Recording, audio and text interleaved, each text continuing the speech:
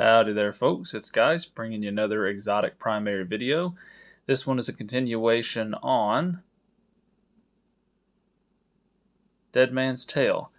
I got the catalyst for it, and the catalyst states that it increases hipfire rate and removes hipfire accuracy penalties. Now, the catalyst for this does exactly what I thought it was going to do. It kind of turns the weapon into a very well-rounded weapon. It really lets it cover all the bases. You can use it long range, mid range of course, but it does give you a little bit of close range viability. Now one of the things about it, I've seen a couple of other videos talking about this, and there's a lot of varying opinions on how to use this catalyst properly. Some videos say, oh well, only use it when you're close to somebody, only use it when they get up in your face. There's other videos where you see somebody just running around exclusively hip firing. Honestly, you can do either or. If you want to run around exclusively just hip firing, you absolutely can do that. It's sort of a for fun kind of thing. It's not really meta, although the time to kill is actually pretty good. It's going to be about 0.8 seconds, similar to other 150s, which is the rate of fire that it shoots at when firing from the hip. You are firing from the hip, so it's not going to be as accurate. It does remove any of the accuracy penalties, so there's no bloom, as you can see when I'm firing from the hip there. But the one major downfall is anytime you're in the air, you can't really jump up and fire, which you're going to see me do a couple times here in the video, and the accuracy just kind of goes all over the place. Another thing about the hip fire, you're definitely going to want to backpedal a lot whenever you're hip firing somebody. You do not want to let the shotgunner get right up on top of you. You do have a pretty decent time to kill, but it's not as quick as something like The Last Word, so you're not going to really be able to burst them down quickly if they're right on top of you. So you want to kind of keep a little bit of a difference so you stay out of their one-hit kill range. Which you're going to see that happen to me a lot in this video. There are a few times where I try to hip fire and the person with the shotgun has plenty of time to close the gap.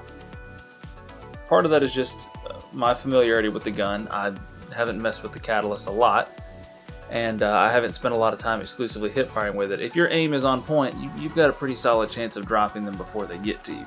But you've got to be landing headshots from the hip, which isn't as easy as the ADS on this gun. It's not as forgiving as the hip fire on The Last Word. The Last Word has a lot of bullet magnetism from the hip. This gun does not.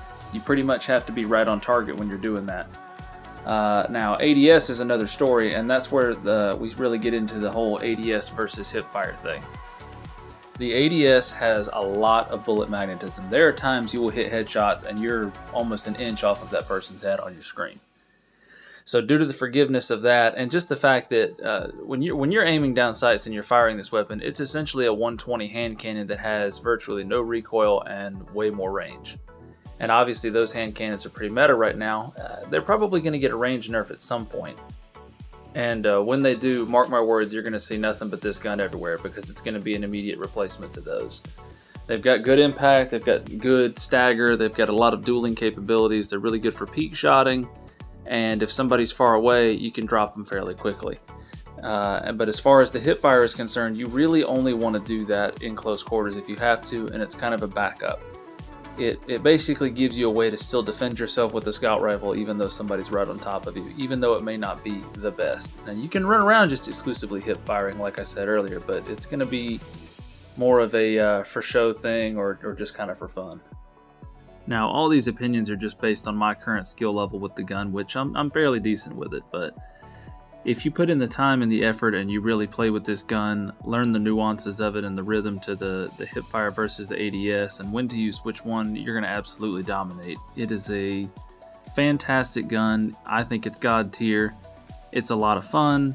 It's definitely got some cool novelties to it, but it also has a really high skill ceiling, so if you practice with it enough, there's some crazy things you can do with it. And as well-rounded as it is, it's not just PvP. Obviously it's great in PvE due to the stacking headshot buff, but it's also great in Gambit. Now, I don't really play a lot of Gambit. I've only taken it into one Gambit match, but